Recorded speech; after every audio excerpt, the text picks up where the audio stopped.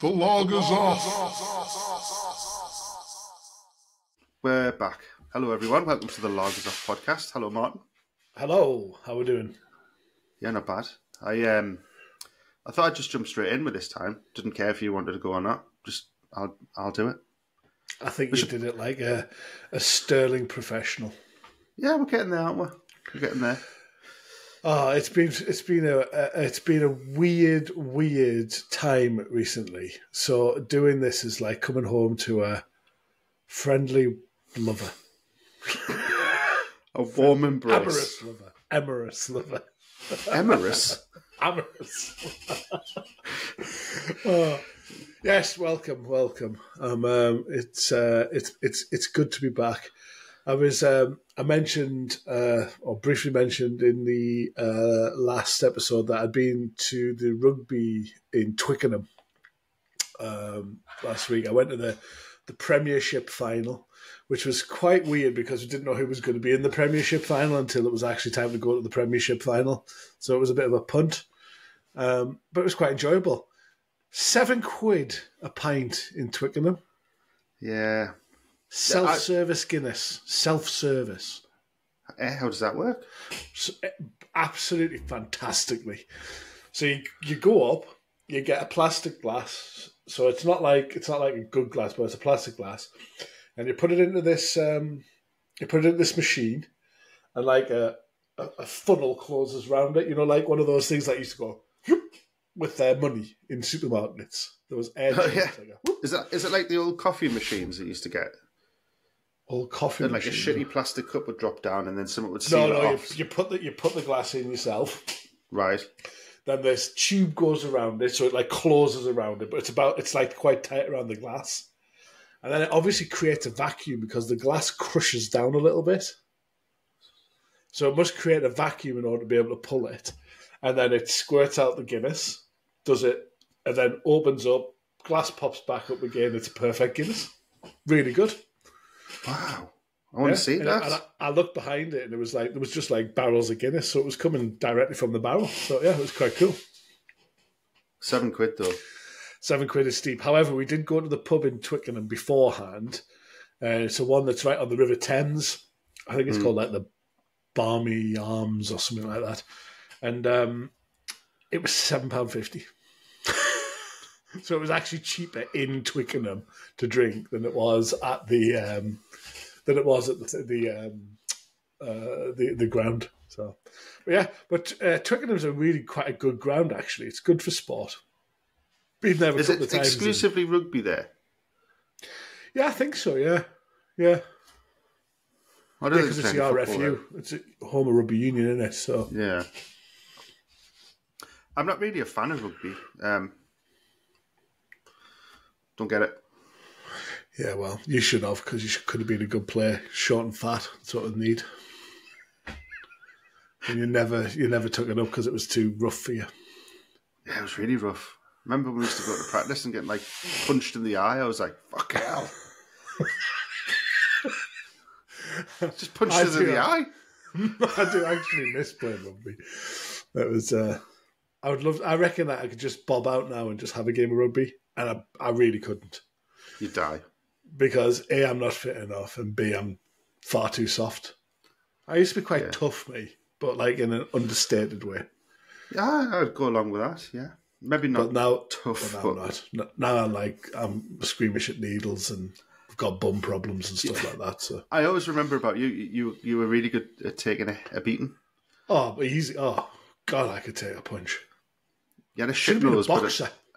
Wait, no, because your nose was too shit. A massive nose, yeah, massive conch. But you could literally sneeze and it would bleed. Yeah. It's not ideal for a boxer, mate. Well, look at me. I'm basically half a hair away from being a Jewish Muslim. So. Maybe you're the chosen one. The Lord. No, we should get you in front of all of these problems that are going on in the world and go, look. What's the dude that wears the robes? The Dalai Lama. Yeah. Finding a peace, yeah, maybe. No, because I'm a bit too hot-headed for that. Right. Okay. Are we gonna crack open a little bit here? So Yeah, let's go.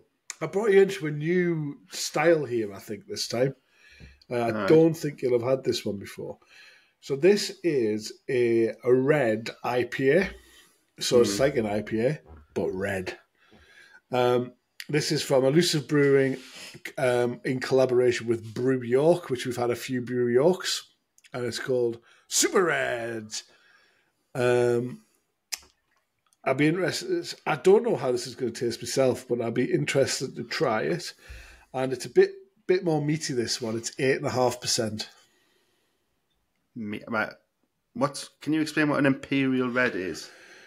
Well, imperial is usually the term for anything that's quite strong. But it's right. weird that it's frankly, I don't know, because imperial means strong. IPA, though, you would usually have a double IPA or a triple IPA or quadruple IPA, so who knows? Cannot. Obviously, it's a play on Super Ted, which was a Quite good, actually, I thought. Popular 80s TV cartoon in the UK. Yeah. That's all I've got to say about the Canard. There's not much else to say, is there? Well, it's got a whiff to it. I thought it smelled quite nice. I was saying, it's actually we've probably fallen foul of something here because I've inadvertently bought a beer that promotes a rival podcast, the Beer O'Clock Show. Yeah, I've just been looking at the can. It says, we teamed up the longtime pals, Brew York, to brew and revisit our three-way red IPA collaboration with the legendary Beer O'Clock Show podcast. Well, mate, come on. Hello, Beer O'Clock. Yeah, we're better than that. Big shout out to the Beer O'Clock Show. Maybe that'll be us one day. Big listeners.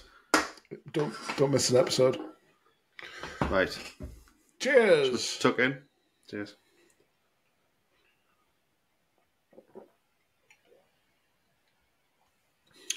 Now we're talking. Am I lip smacking as much? I try to make a conscious effort not to lip smack. I'm doing it now. Hang on. Are you going for a second drink? Hang on, so Dan's going for a second drink here. We always know, don't judge on your first drink. That's really good, you know. Yes!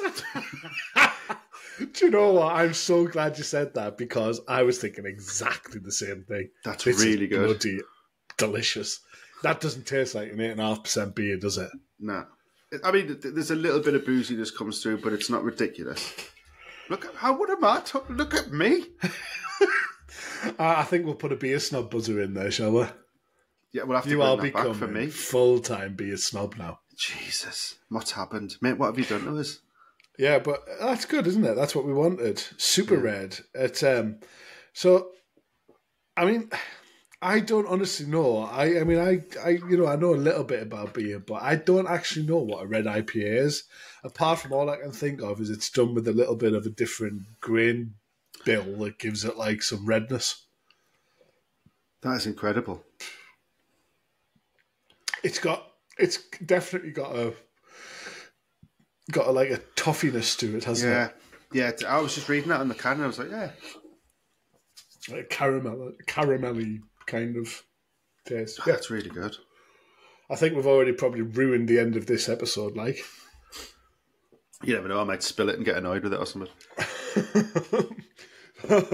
I've been so there was a program that came on TV a few years ago that I tried to watch, and I watched the first couple of episodes and I just thought, this is shit. So I tried again, watched a couple more episodes, like got 4 in or something like that, and thought, this is shit. And then I tried again and I got through it, and actually I started to really enjoy it. And that program was called The Boys. Yeah. Are you familiar? I've watched them. I've watched pretty much every episode. I liked it from the get-go. I'm a bit of a geek with things like that, and I really like superhero and stuff like that. That's why I knew a little bit about The Boys anyway. But do you not think in all the saturation of like superhero stuff, that's what we needed? Something mental. Well, I don't know if people might not have watched it before, but it's about superheroes, isn't it? Who are actually like a brand commodity rather than anything else. So they're actually just there for likes and social media and almost like influencers, aren't there? But they're superheroes as well. But they're also mad as batshit. And possibly the best TV bad guy of all time. Homelander. Yeah. Yeah, I agree. He's so brilliant. Because when you first watch him, he's like we were talking about it in the pub. When you first watch it and he first comes on, you see him like as the all-American hero with his like chiseled jaw and blonde hair, and you think, oh fucking hell, they couldn't have typecast anyone worse here. And then as he gradually goes on, you realise he's just an evil fucker. He's crazy. Yeah, it's very good, very good.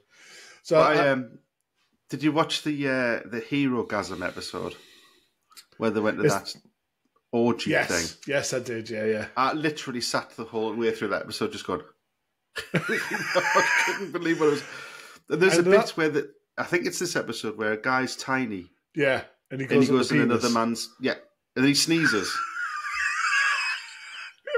Oh, it blows up. Yeah, no, it is brilliant. It is good. It's filthy dirty, like. Yeah, it is. It's not quite as rude as Game of Thrones. It's not as rude, but it's more gory. It's gory, and it's probably a little bit closer to the bone than no pun intended. Than Game of Thrones. There's hell on with it at the minute, the last series, because it's always took the piss out of America, and I think how America works. But now they've really gone in with this like right versus left thing, and everyone's kicking off saying they're taking the piss out of Donald Trump fans and stuff like that. That's why you want to have a program, isn't it? I mean, if they're there for the taking, they're there for the taking, aren't they? And I'm sure if people could design Donald Trump with laser eyes, they would. I imagine Nigel Farage, where his superpower is being able to turn his head 360 or something like that. I think his power would be shit like bad breath or something. Death breath. Wouldn't it? Oh, yeah. European death breath. Or he'd reverse milkshake you or something. He's been getting a bit of stick recently, hasn't he, old Farage? Has he had like three milkshakings now? I mean, I don't think we should talk about politics on here because everyone's got their own opinions on it and stuff. But fuck me, he's a knobhead. Well, we all know what opinions. They're like arseholes. Everyone's got one. Oh, right, yeah. I thought you were going to say something else there. But, I feel like I really brought us down with that. I'm really sorry. If I could rewind that and delete that. I mean, maybe I could edit it out. Maybe it's like. I feel like I've let everyone down. Staying in. Yeah, no, we should stay away from politics, but we're hotting up to a general election, so it's quite hard not to talk about it because it takes up a lot of your time now, doesn't it? Yeah, and I'm sick of it now. I'm already sick of it. Hang on, can we just refer to... and I'm really sorry, I know we don't want to talk about politics. I'm not going to make it political. Can we talk about Rishi Sunak Sky TV? Oh my God. I laughed out loud when I saw it because it's almost like he had a list of working class luxuries and he just picked one. It's like you could have had bouncy castle, you could have had trampoline and garden, you could have had hired hot tub. Why you go really close to the mic every time you do it? I like that. It's like you've done a vox pop. It's like I'm telling him in his ear. Yeah, we grew up without a hot tub. So we do have a couple of international listeners. So I'm sure you're all in the know about British politics, but Rishi Sunak is the current Prime Minister, and he is ultra rich. He's like a billionaire rich, isn't he? He's richer than the king, apparently. Yeah, he's like crazy rich. He's running for president. He's running for prime minister again for the Conservative Party. Mate, even if we've got international listeners, I think they'll know who Rishi Sunak is. I wouldn't be so sure. Really? We have some listeners in Russia. Oh well, okay, they definitely won't know who Rishi Sunak is. So anyway, he made a comment. I'm sure everyone knows this now, but he said he wasn't wealthy.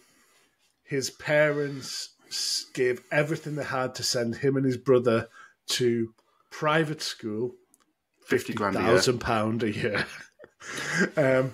And they were so poor at home, they didn't even have Sky TV, which is the American equivalent of cable. But now, mate, if you think about it, we did have Sky TV when we were kids. I didn't. You did, because you were a bit posher than me. But you used to come on mine and watch it. Yeah, all the time, because it was the greatest thing ever. It was the greatest gift you could ever give to someone. But come and watch it. Mate, come round and watch MTV. Yeah, okay. I'm in. Yeah. He missed the Aerosmith videos, which were worth the fee alone for Sky. Exactly. MTV clips. Introduced to Spinal Tap. Spinal Tap, of course, yeah. Jerry Springer. Yeah. Had it all. He was. I feel sorry for him now. It wasn't even bloody Sky when you had it, though. It was like Washington Cable. It was local cable, wasn't it? It was like a local cable company. Yeah. Because remember, I used to have to. I had this for some reason. It was on like some kind of like timer. So every 6 hours, you used to have to put a £1 coin in the back of this thing. In the back of it, yeah, I do. Yeah. Which was a big clock. Yeah. Well, I remember my auntie used to have a TV with exactly the same. It used to come from like Radio Rentals or wherever it was. And she used to have to put a £1 coin in the back of it. And then they'd watch it for so long that it'd run out of money and they had to put another £1 coin in the back of it. And that's how they paid the rental of the TV. It used to go demented though, because can you imagine you're watching MTV Cribs and you see 2 minutes left? Yeah. And it's like, well, pound, I haven't seen get a pound. Get a pound. I need to see the bathroom. I want to know what's in his fridge. Get a pound. Yeah, that was that. Yeah, Washington Cable. Totally unlocked a memory there. I'd forgotten about Washington Cable. And then it was B Sky B or something, wasn't it? After that. Do you remember? I was talking to my wife about this. Do you remember rabbit telephones? Yeah. I don't know if I've talked about this before. Yeah, and you had to stand in certain places to use it. Yeah, you can only stand under a rabbit sign. Like the shittest mobile phone you could ever think of. You had to find a shop, which would inevitably have a payphone in it anyway. You had to find a shop with a rabbit sign outside it to make a phone call. Like, that is literally the worst mobile ever. Can you imagine that now, though? Can you imagine people putting up with that shit now? I was, where was I? I can't think where I was, but I saw a payphone in somewhere for the first time in ages. Where was it? I can't think. But it was that unusual. I thought, fucking hell, I've got a payphone.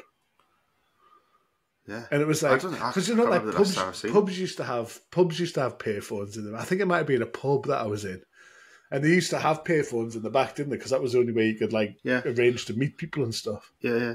And if you were really clever, you got the number of that payphone. You'd say, "Stand next to the payphone. I'll phone you at 8 o'clock and tell you how long I'm going to be." Yeah. God, that's mad now thinking about that. I feel about 100 years old. I know. How did you know how much do anything? Do you know how much it is to make a phone call from a payphone now? Oh, God, it'll probably be about £3 or something. No, not that bad, but 50p. That's all right. It's a lot. I had to use a payphone a few years ago because I was living down south and I had a flat. And the day I was moving in, I was starting a new job the next day. I went down on the Sunday. And I was moving into this new flat, and it was a brand new flat. And I went into it, and I left the car outside. I was unloading the car and taking everything up, and the doors were like on fire hinges, so they slammed shut. And the door was so heavy, it slammed shut. And it had one of those latch over locks, you know, where you put like the bolt over and like latch over. Yeah. And it slammed so hard, it latched over. and locked us out. And there was nothing. There was no key or anything that you could do. I didn't have my phone because it was in the house. I was absolutely screwed. No phone, nothing. So I had to go and find a payphone. So I found a payphone to phone my wife to find the number of the person I was renting it off to be able to come and let us out. They had to come with a ladder to climb in through the window. Really? Yeah, it was the craziest thing ever. Like a complete freak accident. But things like that, yeah. I mean, I suppose you could have asked to borrow someone's phone nowadays, but yeah, you could have, yeah. But this was late at night, though. It was like 10 or 11 o'clock, so wasn't that many people about. God. I can't remember the last time I've seen a payphone. Yeah, when you've used one, because I didn't even know where the beer payphone happened. It was literally on the next street over, unbelievably. Still stunk a piss in there. I think actually, do you know what I'm saying? That there's a payphone across the road from where we live, outside of what used to be the pub. Yeah, I don't know if it's still a working payphone, but the local drunk stands in there and drinks his beer when it's raining.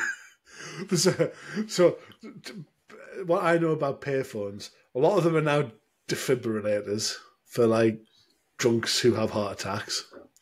A lot of them are used as public conveniences, and there's a one in Norwich that's been converted into a beer shop.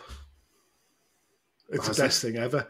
There's this guy, and he's the nicest guy ever, and he's basically got the phone box in Norwich city centre, and he's filled it with craft beer, and he stands out in all weathers, in rain, sun, everything, and sells craft beer from a phone booth, a red phone box. So he's not in the phone box, but the beer He's not in it. He's outside it, but the beer's in there. It's marvellous. That sounds stupid. Look up Norwich phone box guy. Norwich phone box beer. It'll come up. No, it's the best thing ever.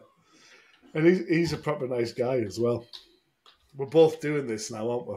We're both looking up Norwich phone box beer. So the other thing, before let's look at this first, because I am intrigued by this. So we'll put a picture on screen. It's called the Beer Hatch. Norwich Beer Hatch. Yeah. So I've got the phone. Well, yeah, let's stick it up because it's. I can't remember the guy's name. He also drinks in the Malton Mardle, which is one of the local pubs. Have you got him? Yeah, I can see it. All right, okay. Brilliant, isn't it? It makes more sense now. So I'll tell you how I pictured that. Because it's quite a big phone box. I pictured it was just box, mate. How's it a big phone? It's a phone box. It's definitely a bigger phone box than the BT ones. It's an old red phone box. Yeah, but somehow I just pictured having just the cans all stacked up. But It's got little shelving units and everything. Yeah, I mean he's selling beer out of there, so he's. Yeah. Not sure what I was thinking about that. Actually, the news story that's come up is guy from Beer Hatch relocates from phone box to a shop. Which kind of kills that unique selling point, I think. I suppose, though, it's not a bad idea to start a business, is it? Because I imagine you don't have many overheads. I wouldn't even know how you would go about renting a phone box, to be honest. Yeah, good point. I don't even know who they belong to. Okay, anyway. Yeah. You know, we were talking about Rishi Sunak before. Have you seen his thing about national service? I like the way you say Sunak. Is that how you say it? I don't know. I don't know. Sunak, you say Sunak, I say Sunak. Who knows? Well, either way. Have you seen his thing about national service? Oh, yeah. But is this the one that Jeremy Clarkson came back on and said, don't put people into the army, put them onto farms? Well, he would, wouldn't he? But actually, that's a really good idea. It's not a good idea. Mate, it's 17. If someone said to you, right, for the next 2 years you're working on a farm, you'd be like, well, no, I'm not. Well, or someone could say to you, for the next 2 years you're going to get beasted in the army. But both of those things are stupid. Why? Why are we doing that? Discipline, self... Well, fuck off. Mate, I tell you who comes up with these ideas. People who are outside of the enlistment age. Oh, that's a good idea. Hang on. Which is also now us. Don't forget, we're no longer babes in the wood. But my son's coming up to it. I don't want him in the army. Good point. Might do him good. Have you just dogged that beer? Yeah, he'd be crap in the army. Have you just dogged that beer? That's an 8.5% beer. You've just dogged it. It's nice. Oh lordy. Yeah, no, I get that. Yeah, if you've got kids and you're going into the army, yeah, that's not going to be the best way forward. Yeah, I never thought of it that way. But it would be nice to get some of the tow rags in, wouldn't it? But they're not going to do it. Mate, tow rags aren't going to just go, okay, I'll go and fucking pick fruit then. But you have to do it if it's national service and you're going to do it like that, you have to have real control over it and really be aggressive with them. What, pick those strawberries or split your head If you don't go, you've got two choices. If you don't do this, you're going in the army or you're going to prison. The prisons are overcrowded. Can't do that. Okay, then let's take the prison off the option. If you don't do this, you're going in the army. Mate, you can't send someone to prison for not picking apples. You can if it's national service. That's outrageous. I don't want to pay taxes, but if I don't, I go to prison. Yeah, but everyone has to pay taxes. This is Well, everyone might have to do their national service then. What, everyone? Well, unless you're over the age of 40. I tell you what I'll be doing. I'll go army, please. Yeah. Because good luck getting this. Farm. Because I'd be equally shit on a farm because I'm a big, fat, useless, overweight, unfit idiot. Yeah, because those guys work really well in the army.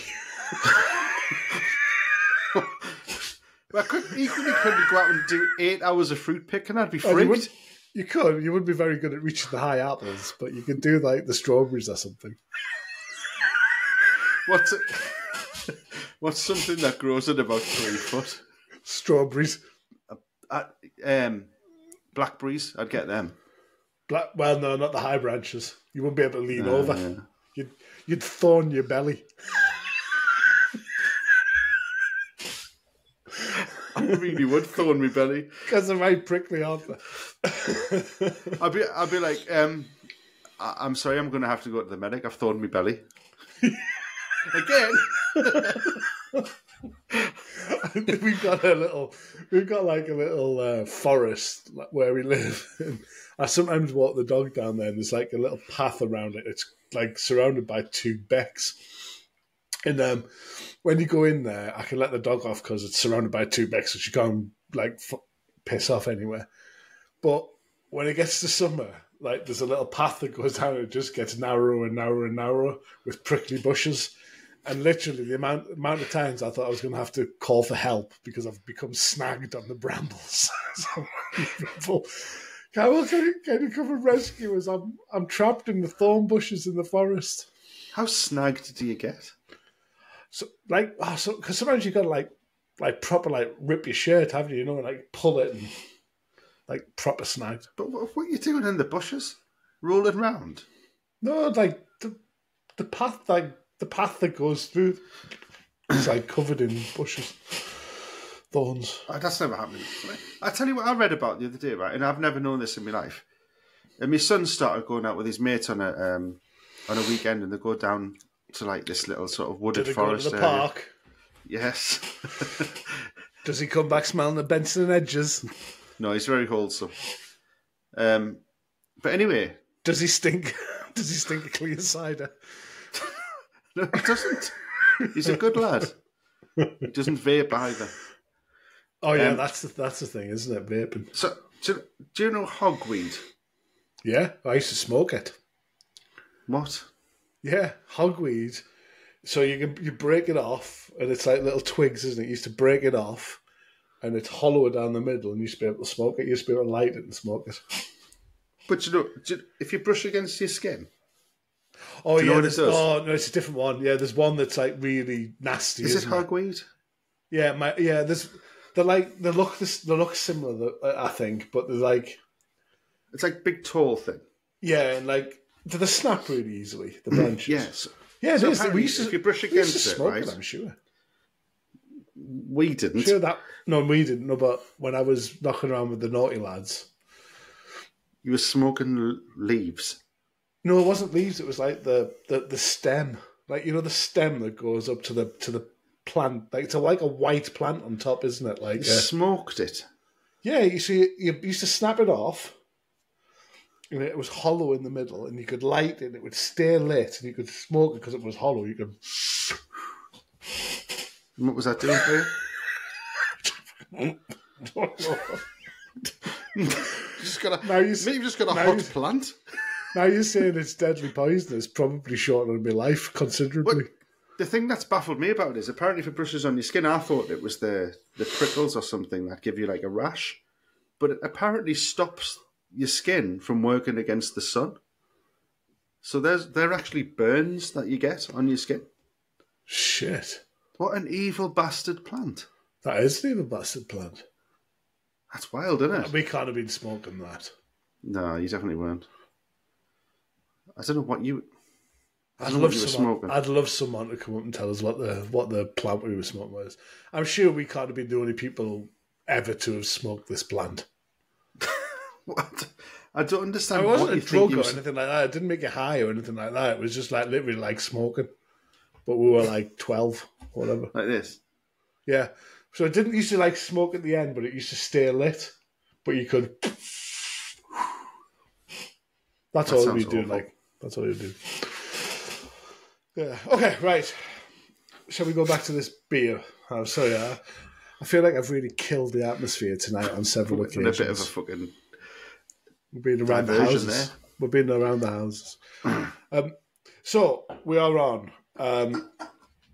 Elusive Brewing with collaboration with Brew York and also collaboration with the Beer O'Clock podcast. Big shout out. Whoop, whoop.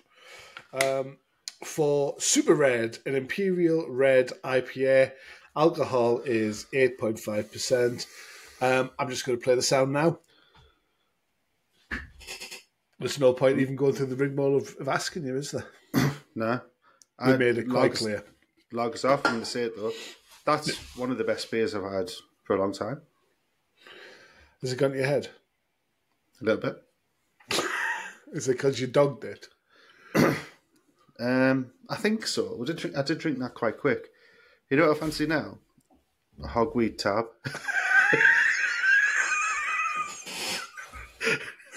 I think you should go for it.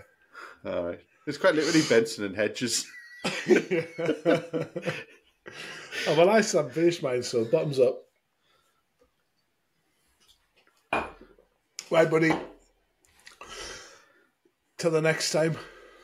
Yeah. All the best, man. Have fun. See ya. Bye, everyone. Bye-bye.